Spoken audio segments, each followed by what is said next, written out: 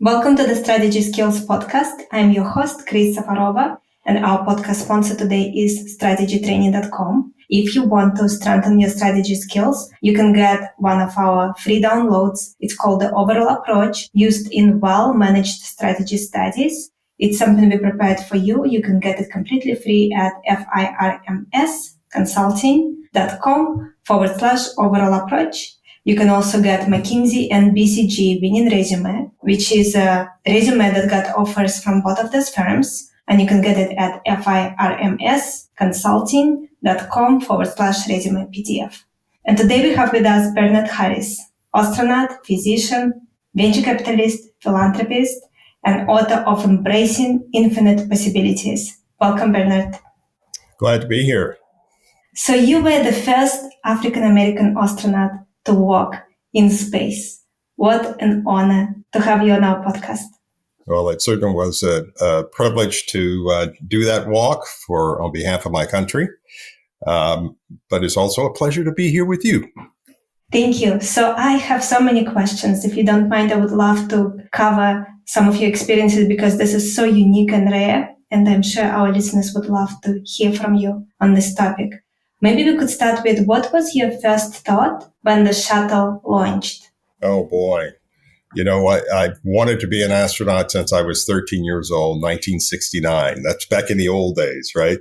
And I watched Neil Armstrong and Buzz Aldrin go up into space and go to the moon. And I was enamored like every kid. So it began with just a dream of following the footsteps of, great human beings. But I got my first chance in 1993 when I lifted off on board the Space Shuttle Columbia, and it was fantastic. So when I describe this, if I could for your audience, that you've probably seen the shuttle lift off many times before, but you may not know that it weighs 5 million pounds. So that's a whole thing all put together with all the fuel, and when the 5 engines light, that's 2 on the solid rocket motors and the 3 main engines on the space shuttle itself, it produced a thrust of 7.5 million pounds. And I'm telling you today that when those engines light, you're leaving the planet in a hurry.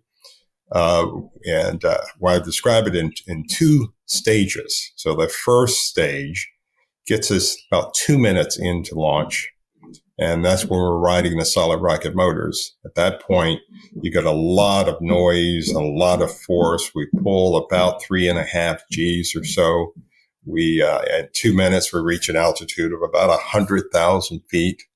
And now we're above most of the atmosphere. So there's no resistance on the vehicle. So when we get off of those, we're much lighter, of course. And then we just have the 3 main engines producing 1.5 million pounds of thrust. And then since there's no resistance, we actually speed up. And we reach this velocity of around 17,000 miles an hour.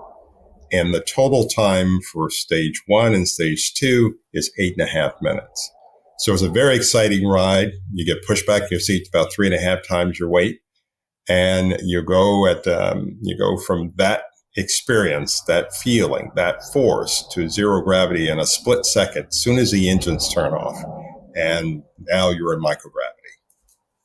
That is incredible. How did your body react to zero gravity?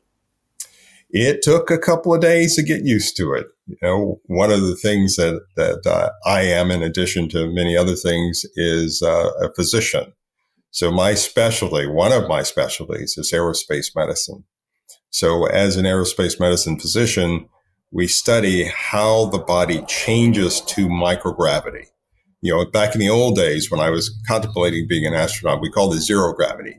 But we now know through science that there's nowhere in the universe you can get away from gravity. So we see very minute parts of gravity. We call it microgravity.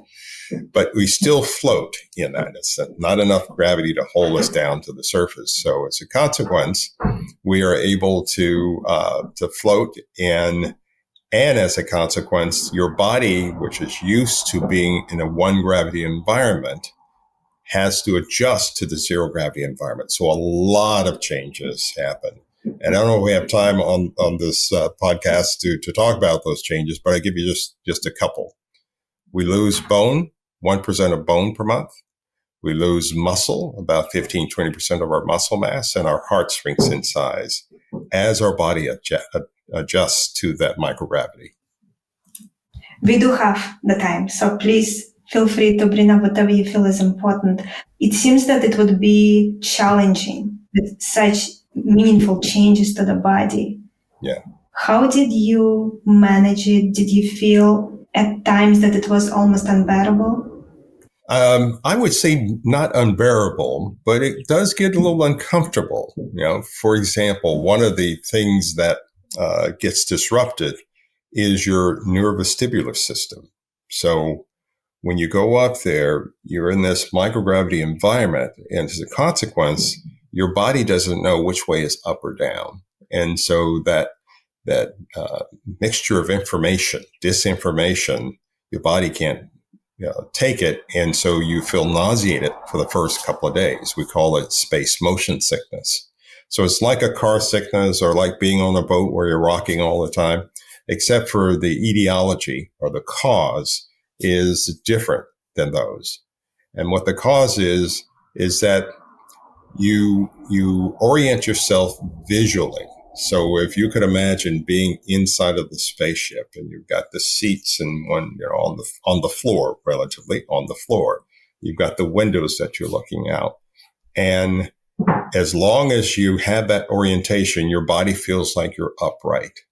Now, remember that window I mentioned just a second ago? Look out that window. And when you look out that window, you will actually be upside down. The earth will be above you. And sometimes that mismatch of information, the body's saying, I'm right side up, but then you realize that you're actually upside down to the earth, and that makes you sick. So that's part of it. So part of my job as a crew medical officer is to give medicine to help people get past that couple of days until you get used to being disoriented. That's probably an easy way to say it. You said we had time, so let me talk about one other thing. And that is that because our body is used to functioning in gravity, one of the things that get impacted is our immune system. So we're not able to fight off illnesses like we're here. In fact, our white blood cell count and white blood cell migration is different. So all of those things that we normally use to fight diseases and things like that are a little bit more difficult in space. So you probably heard that before astronauts go into space for long duration, we go into quarantine about a week before we lift off. And that quarantine is to make sure that we're not taking any things like the common cold or whatever on board. Because if someone is sick, then everybody gets sick because it gets passed around. Of course. Can you tell us how that quarantine is conducted? It's just very simply, we have a quarantine facility at Johnson Space Center in Houston, and then we have a similar facility at Kennedy Space Flight Center. So we do most of our training at Johnson Space Center. So we'll go into quarantine for about 3 or 4 days there. And then about 2 days or so before liftoff, we'll fly to the Cape and we'll continue our quarantine. And so what does quarantine mean? It means that we cannot be interacting with anybody below the age of 16. So that's sort of the cutoff. And if folks have kids like I do, you know that kids can be germ magnets. So the idea is to keep you away from your kids. And when my first mission, my daughter was 7 months old, so I had to definitely stay away from her. So you can interact with adults, but adults also can have a flu. They can. And so what happens is that we have doctors on the ground we call flight surgeons, and they take care of us and the families. And what they will do is they will examine, they'll do a history and physical of anybody who comes in contact with us. And that includes our family members, usually our spouses at that point, or any of our trainers and things like that. We really manage that. And then we will do like we have to do during COVID, of course, wear masks, depending if we're out and about and we're going to be exposed to the general population. So back in space, what did you feel when you looked out the window for the first time? Wow. I love telling this story. So I'll tell it in two pieces. So I've already taken you into space. But what I didn't share with you is that when we arrived and we went from that transition of being pushed back in our seat to 3.5 times our weight, right? Feeling very heavy to now zero gravity in a split second, everything began to rise in above me. And that's when, in front of me. And that's when I knew that I was in microgravity. And the first thing I wanted to do was to go to the window and look out.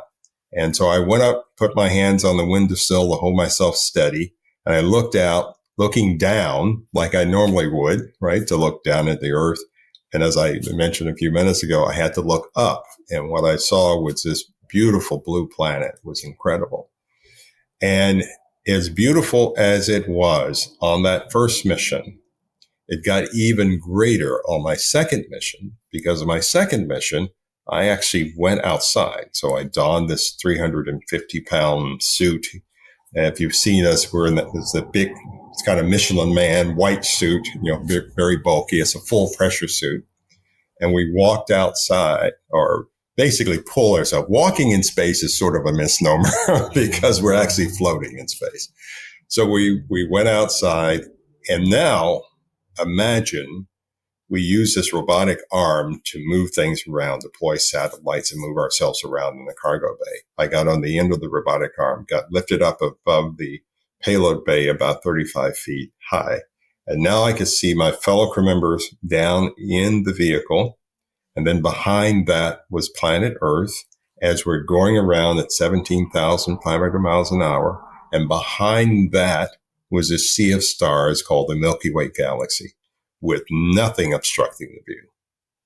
That is incredible. You should write a lot about this, because I'm sure a lot of people would want to know and experience it, at least to some degree, through you, through your eyes, through your words. Yep. And I have, about 10 years ago, I wrote my first book, which was a memoir called Dreamwalker.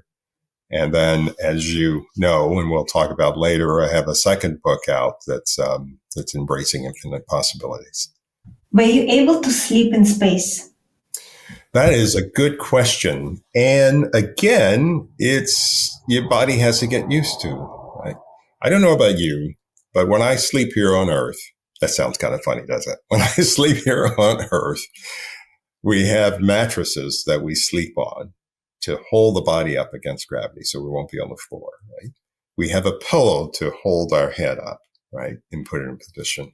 I don't know if you're lefty or righty, or sleep on your back or sleep on your stomach, but I like sleeping on my side, my left side, and sometimes on my stomach. So how do you do that when you have no mattress and you're just kind of floating there?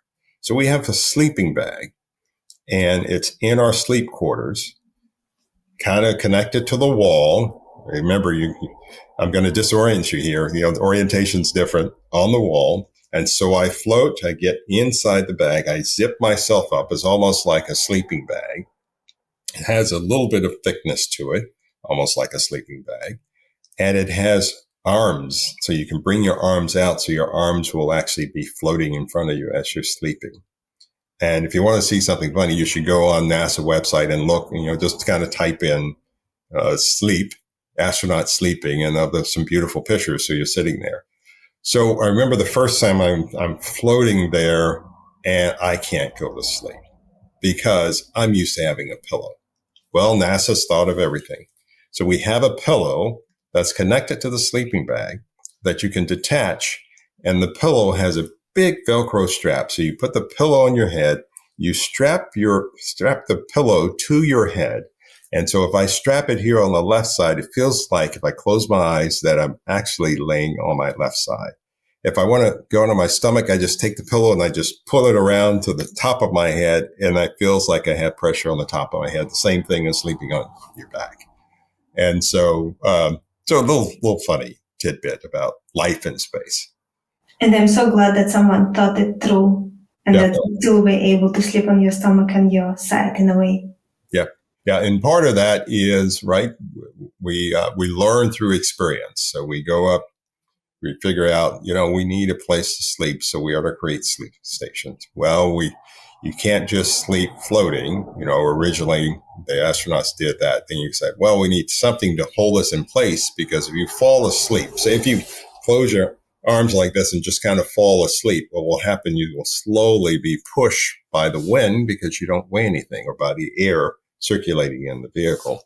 And so we created the sleeping bag. And then somebody complained that, we needed something to hold our head in place. And so then we added that. So it's just been an iteration of innovation, along the way.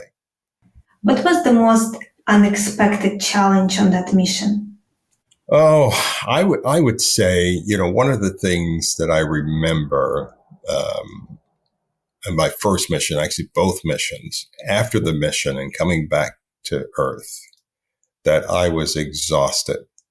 I was not expecting that I would be so tired. And in retrospect, it really makes sense. We train for years. So we do, as astronaut candidates, we spend about 2 years in basic training. And that's learning how to fly the shuttle. We're learning about different science aspects of being in space. And we learn how to fly jets. And we take courses in different things. And we do survival training all over the globe in preparation for going into space. Now that makes us qualified to be selected for a mission. Once we are selected for a mission, then we usually spend at least 2 to 3 years training for each mission, because the mission's objectives, the experiments and things, are all based on that mission. Like my first mission was a space lab mission. So we had different experiments. In fact, 91 different experiments in it. My second mission was a space hab mission, where we had about half the experiments, but we did a spacewalk, deployed a satellite. So all of those things you have to learn about, and not learn how to carry out those experiments normally, what we call nominally, but you have to train on what happens if things don't work out. So we have off-nominal training that you do. So all of that training is part of the prep for going up into space. So you really are pretty prepared when you go up there for different things. But I gave you, that picture, because once we get on orbit, from the moment in which we get on orbit, we're on a timeline, and we have to do this experiment for an hour, or this experiment for 2 hours. You just go from experiment to experiment. We do take time off for breakfast and lunch and dinner, and a couple of hours at the end of our orbital day, 12-hour period.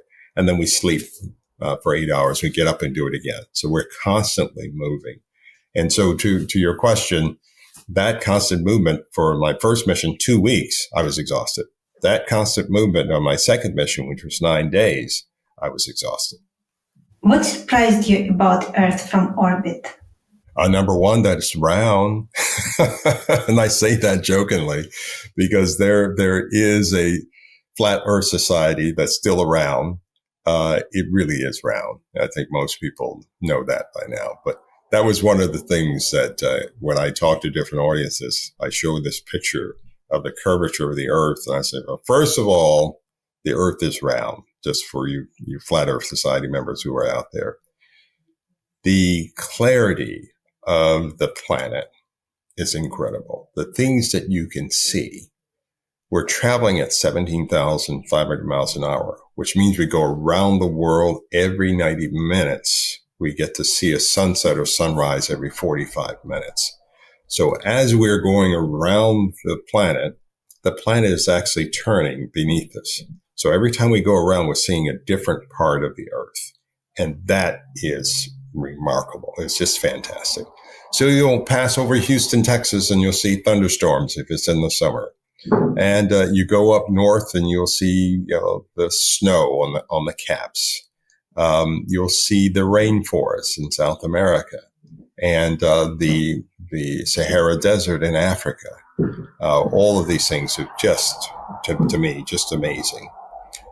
And probably the last aspect of that view is what I described a few minutes ago, is that you see the Earth in total on this backdrop of the universe. And that, to me, was incredible. It put things in perspective for me. Bernard, do you feel that you understood something about life, how life works, universe, maybe even some spiritual aspects after your trips? Yeah. I don't think there's an astronaut alive who has not had that experience, sort of awe experience that you have in that picture that I just described, that's not impacted. And for me, I've always been a believer. I'm a spiritual person. I don't consider myself religious, but I do consider myself spiritual. And I remember, just looking out and feeling that all of this was so ordered, including the fact that I was doing the thing that I was doing there, an astronaut in space, and all the things we accomplish as human beings, that this just didn't happen, that there is a higher power. I call that power God. People, believe or not. But I firmly believe that this order that we see around us and all the things that we describe as scientists are something describing an aspect of this higher power that is responsible for the universe in which we reside.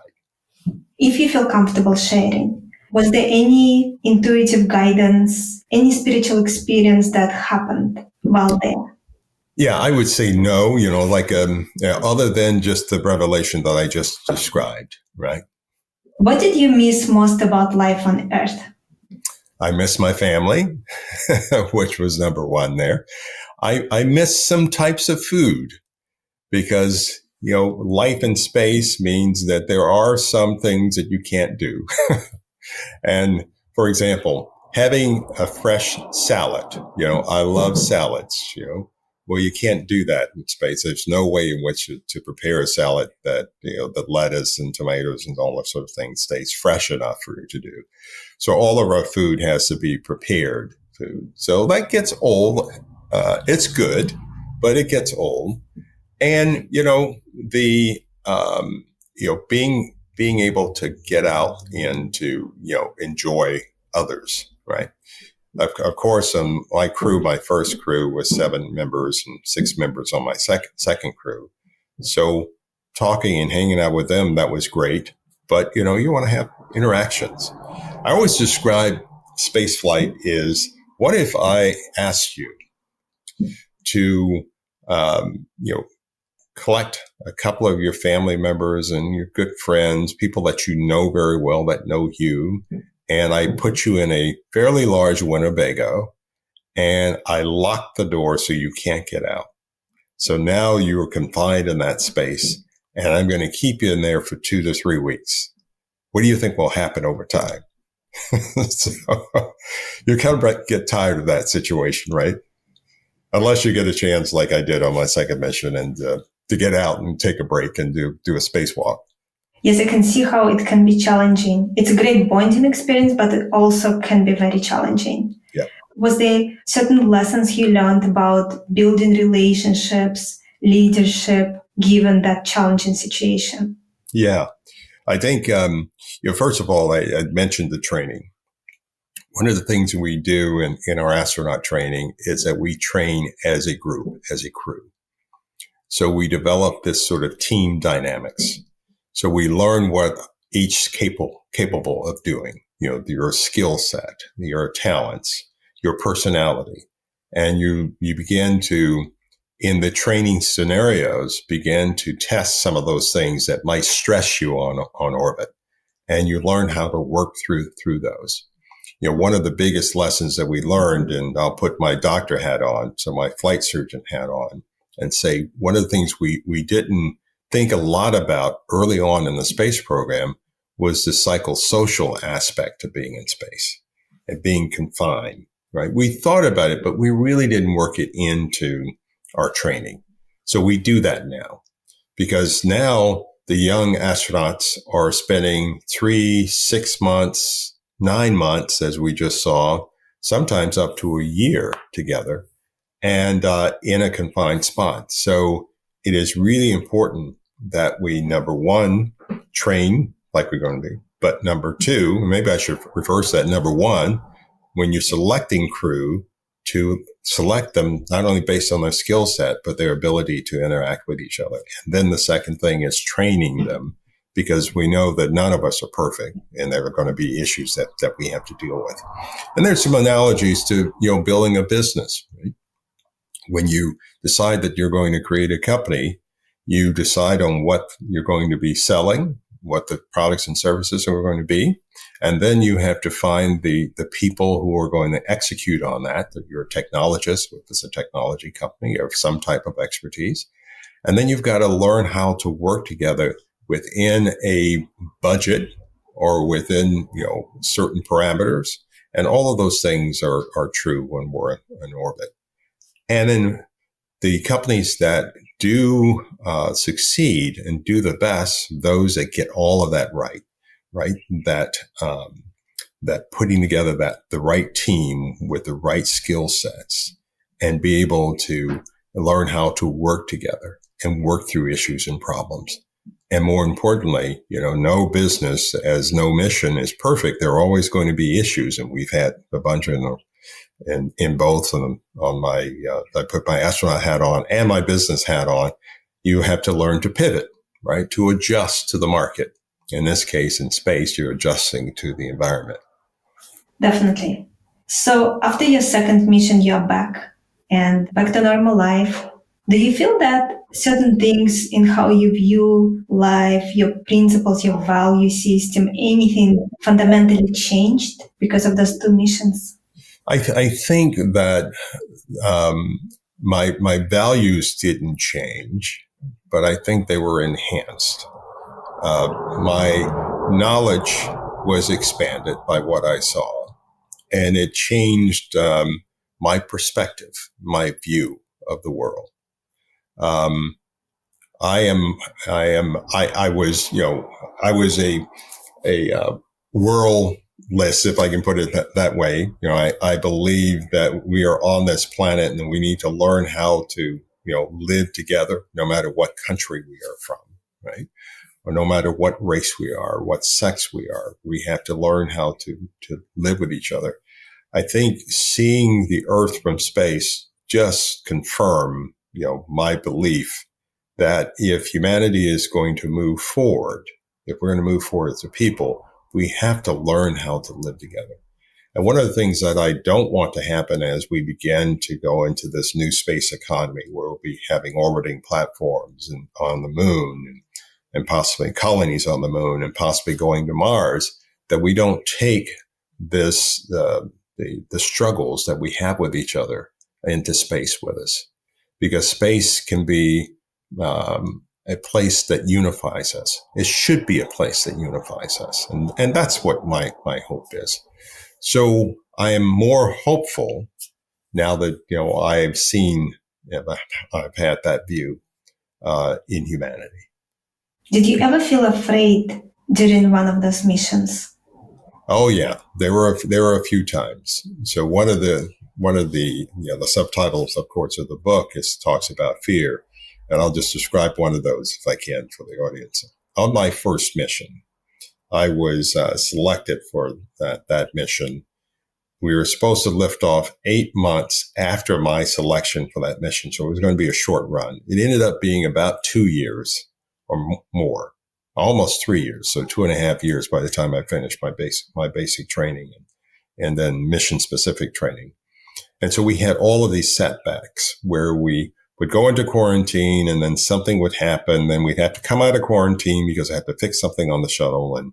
And so we did that about 3 times. And on the third time, we were all successful, went through quarantine. We donned our suits. We went out to the launch pad. We got in our seats. They closed the hatch. We had the countdown as normal. And at T-minus 5 seconds, the main engines lit. The main engines are the engines on the shuttle itself.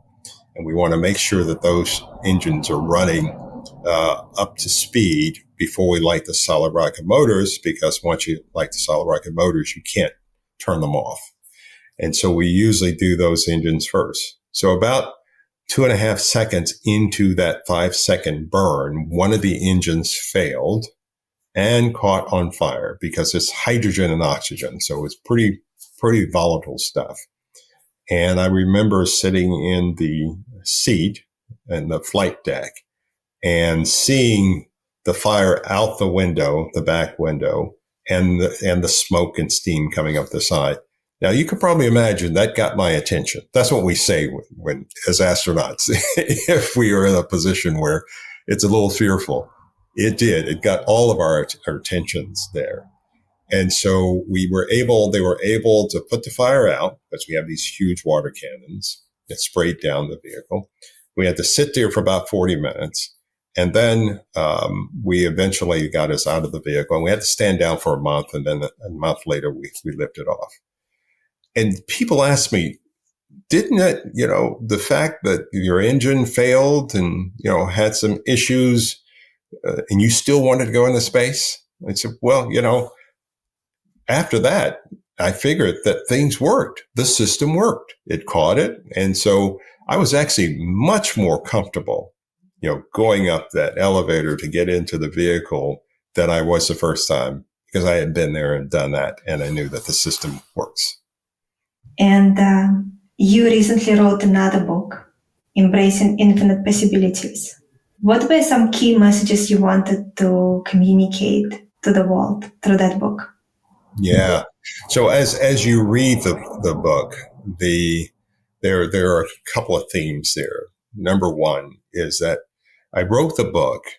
Let me back up for a second. I mentioned that I wrote Dreamwalker 10 years ago. There was a chapter in Dreamwalker where I talked about, finding your inner strength or inner power. And I wanted to expand that chapter into an entire book. And that's what Embracing Infinite Possibilities is about. And it has to do with, number one, helping folks figure out what they might want to do in life, helping them realize that they are infinite beings with infinite possibilities. So it's learning, the value that you bring to the table. And it's important for you to do that, that exploring your skills and talents are all dependent on you. It's your choice. And many of us get knocked down by our environment for whatever reason, or told that they can't do a thing. And so the book is saying that don't believe that hype. Realize the essence of who you are. So that's one. And that essence sets the foundation for the direction that you will go, that your life will go. And meaning that if you know what those skills are and you know who you are, that's the part. Let me say that. You know who you are, then you will end up gravitating to a field that you will have, you will do well in, right? People talk, they see successful people all the time. They're successful because they found the thing that fits them. So I talk a little bit about that. And then I also talk that, we don't live in a vacuum. And that vacuum means that we have people who will support us. We also have people who are naysayers. And so we have to have, again, that inner strength to not buy into that hype. And also realize that we're going to have challenges. We're going to have obstacles that get in our way. And they come in many different forms. So I talk a lot about how to overcome those things. And more importantly, in those obstacles, they can be internal or external. And sometimes those internal ones prevent us from doing the thing that we should do in life. So that's where fear comes in, and overcoming fear and overcoming doubt and not feeling like you're enough. And the whole message that you are enough just the way you are. And so I talk a lot about resilience. I talk about, the growth mindset. I talk about success. I talk about how to achieve. And I use stories from my life where I struggle with the very same things that I'm talking to my audience about. So it's a pretty open and honest book when you read it. Bernard, so you mentioned realizing the essence of who you are. Tell us more. Yeah. One of the things I did as a kid, and I write about this in the book, it was one of the first discoveries that I made. I grew up on the Navajo Nation. It's a Native American nation, Native American land in New Mexico and Arizona. And I remember when I was probably mid-13s, around the time that I decided I wanted to be an astronaut, I would sit out and I would just stare into the valley down below. And I would ask those soul questions. Who am I? What's the meaning of life, right? And that sounds like crazy for a little kid to talk about, but that's the way my mind has already worked. What is my purpose? What is my objective in life? So asking those critical questions. And the most critical one is, who am I? Who am I? If you don't know who you are and what you are about and what your values, we talked about values earlier, and what your values are, those get developed when we're young. And so if you don't explore those things, then what happens is that you move forward and you're relying on external support and external validation. You have to have that internal validation, I think, is so important. And you get that in knowing who you are. So that's kind of. Let's say someone is 35 years old and their entire life, they just try to do what was aligned with external validation. So being at the top of your class and getting some kind of recognition even beyond your grades in school, and then getting into great university, potentially even in the US if you are somewhere in another country, and then doing really well there and working really hard, and then getting a really great job, progressing there, and then you're 35 and you don't know who you are. What would be your advice? Yeah, that happens a lot. So first of all, you're not alone, right? There are a lot of folks who are in that position. I had a good friend that I went to medical school with, and they were in medical school only because their parents expected them to go to medical school, right? Told them, you're going to be a doctor. So they went to medical school. And I remember when this person was in the second year of medical school, came to me and said, I really don't want to be here. And I said, what do you mean you don't want to be here? You just went through undergraduate school, did really well. You're in medical school, which means you're at the top of your class. And you're telling me now you don't want to be here? And then I got the story about the parents and their expectations for this person. And I said, that was the problem, right? I said, and I asked the question, so what do you want to do? The person said, I don't know. I've never had the opportunity to think for my own, my own self. And that's why it's so critical for you to spend time like I did when I was a kid. That's why I told that story. I'm by myself. Nobody's looking at me, right? They can't comment on me because I'm there by myself. And that time allowed me to figure out who I was and what I was all about. And that became the foundation I believe, the foundation for my success. And so my advice to them was to tell their parents that, guess what? I don't want to go to medical school. It was a difficult conversation. But this person left medical school, went on and got a PhD in the field that they wanted to go into, and is very successful because it was their choice, not the person, not their parents or the people around us. Do you remember that moment when you decided that you want to be a physician and astronaut? I saw something that I liked, and I thank you for bringing this up, because I think this is important. It's a part answer to the question that you asked earlier. So one of the things I discovered early on is that I was attracted to science and science fiction.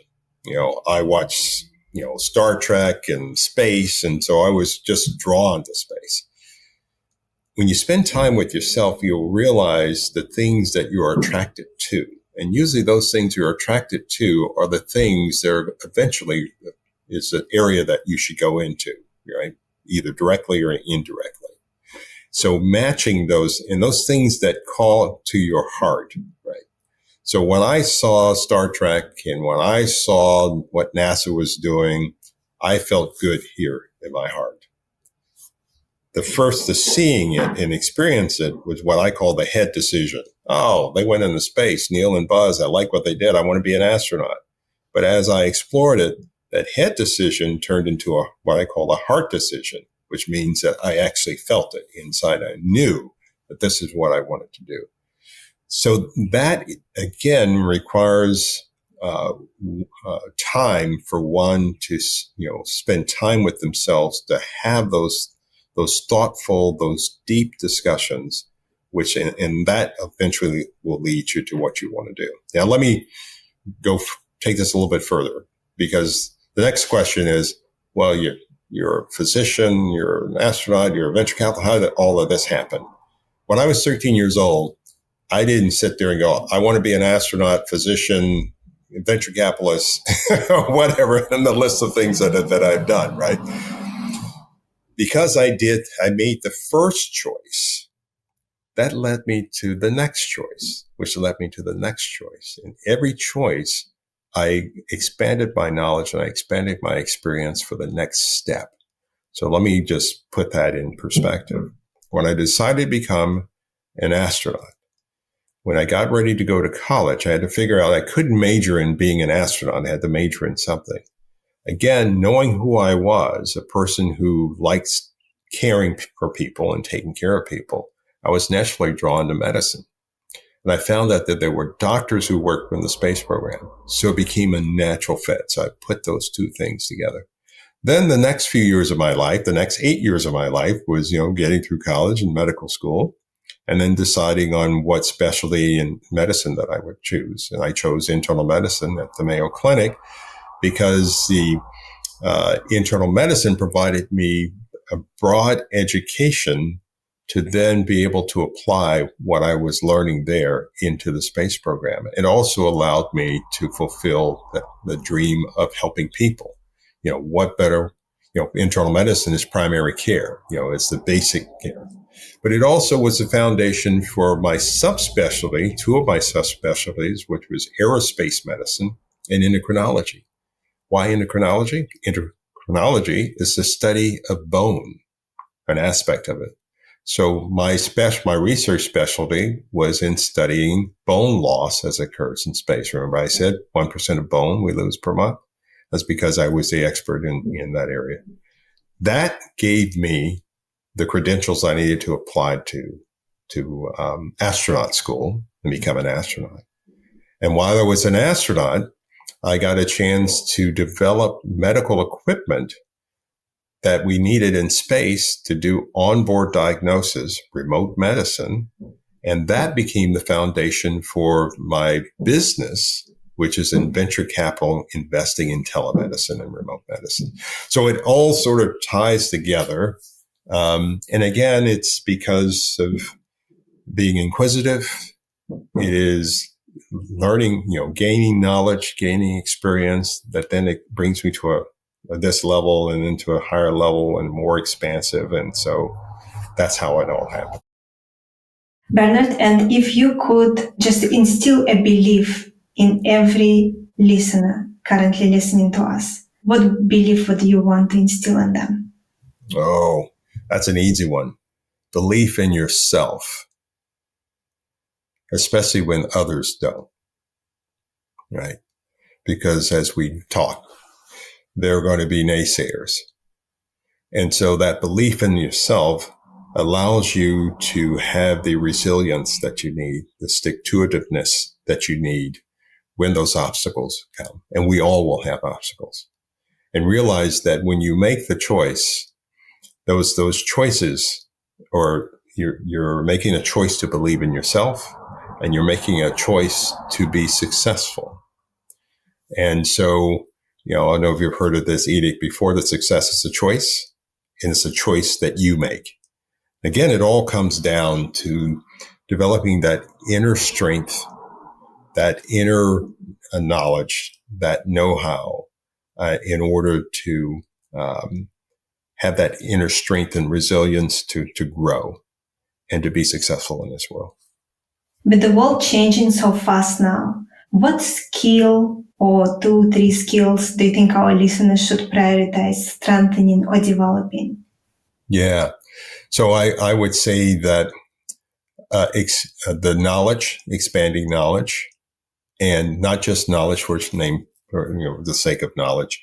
In this day and age, when technology is driving everything that we do, having knowledge and skills in STEM, and what we now say STEAM, science, technology, engineering, and mathematics, because it's going to drive all of the businesses going forward.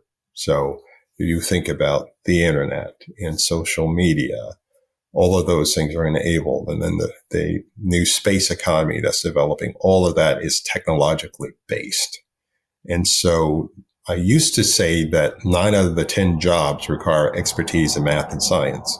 And now I say 100% of the jobs require some level of STEM education. So knowledge, expanding your knowledge, and education is one. The other is being able to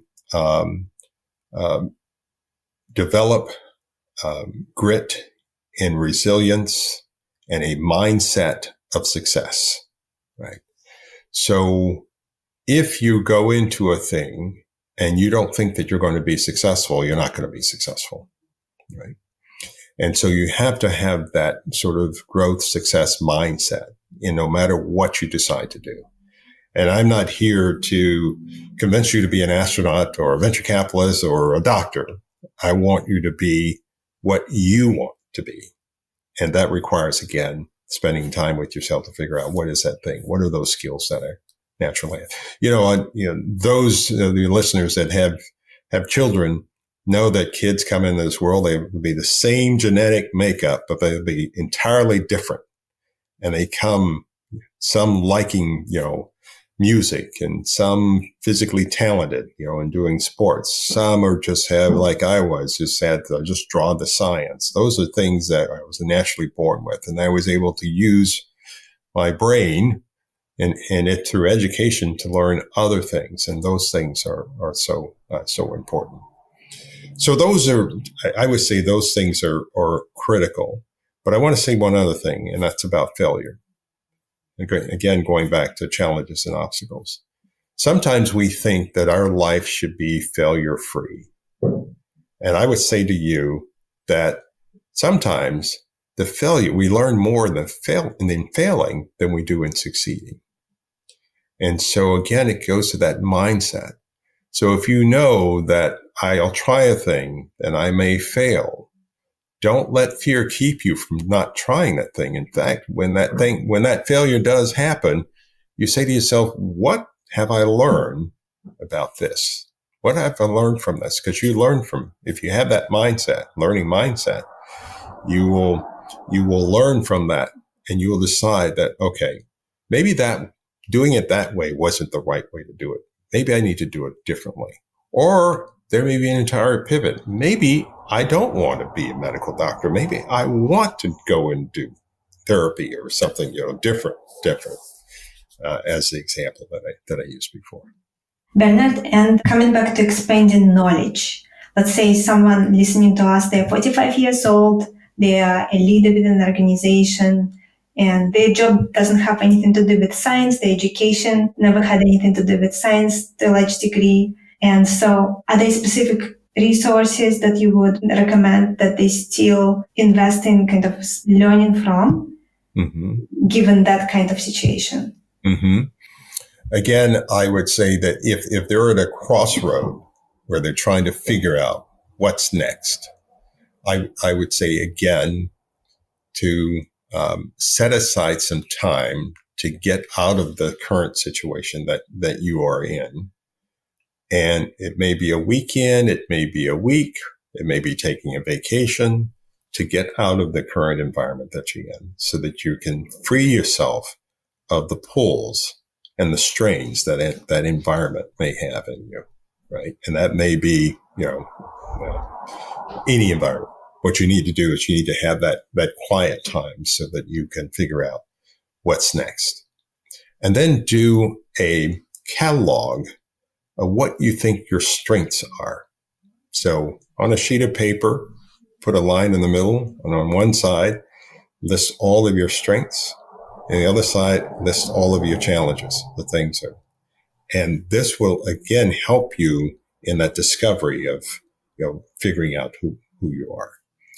There are plenty of books, and I used a lot of books when I was in medical school, self-help books that talk about, how to get yourself organized and decide on careers and things. The third piece I would say is there someone in your life or someone adjacent to your life that's doing something that you might think about doing, that you might want to do? If so, explore. Go talk to that person if you can. If not, research that person. Go on the internet, learn what they do, and see if anything about them or about what they do really hits your heart. Again, I go back to that head-heart decision, right? And that will at least point you in the direction. And then the last piece is don't be afraid to pivot. Right? So if you decide to go down this road and you get down that road and you decide and you say, I really don't like what I'm doing here. Right? Then you ask that question of yourself, is there should I continue to do this or should I do something different? Chances are just going down that road, it's like going up to the hill, gives you a different perspective. You probably got exposed to something that maybe is not that thing, but maybe something that's adjacent to that thing that might be more appealing to you. So it's a process that all of us have to go through. And the last question for today, my favorite question to ask. Over the last few years, were there any aha moments, realizations that really changed the way you look at life or the way you look at business? That is a good one. One of the things that I realized when I was in college, that in addition to being a doctor and going to space, that I wanted to do is that I wanted to get involved with my community. I wanted to change my community. In my case, the Black community, in which I am part of, and I wanted to do something that was going to impact that community. It's no secret that our community and communities of color have struggled through the years. And so I created the Harris Foundation and Institute to support three things: education, health, and wealth, because I see those components as being critical to an individual and also to community. And so, again, I mentioned about how important education was. So that education piece, again, STEM education has been critical to me. The health is dealing with, we deal as a community with a whole host of health problems. So how do we increase the health of our communities? And so that's one of the reasons I became a doctor and one of the reasons that I'm involved in the investments and things that I'm doing. But then the wealth is so important, because in this world, you have to have a certain amount of wealth. And I look at wealth as being not only money, but wealth in friendship, wealth in community, being able to give back. But certainly having physical dollars means a lot. It allows us to get what we want as individuals. It allows us to grow our community. It allows us for our communities to be able to work more effectively together, right? And have some control of who we are and where our community goes. So building wealth is important. Bernard, thank you so much for being here.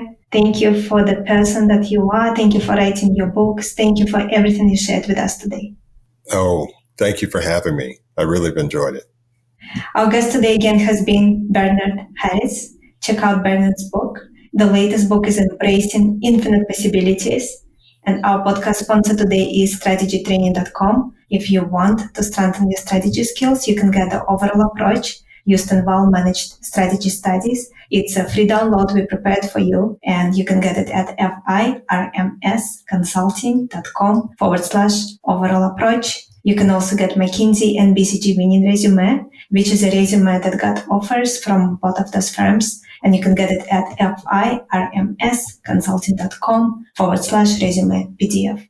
Both of those are free gifts. And the last one, also free gift for today, is a book we co-authored with some of our amazing clients. It's called 9 Leaders in Action, and you can get it at firmsconsulting.com/gift. Thank you everyone for tuning in, and I'm looking forward to connect with you all next time.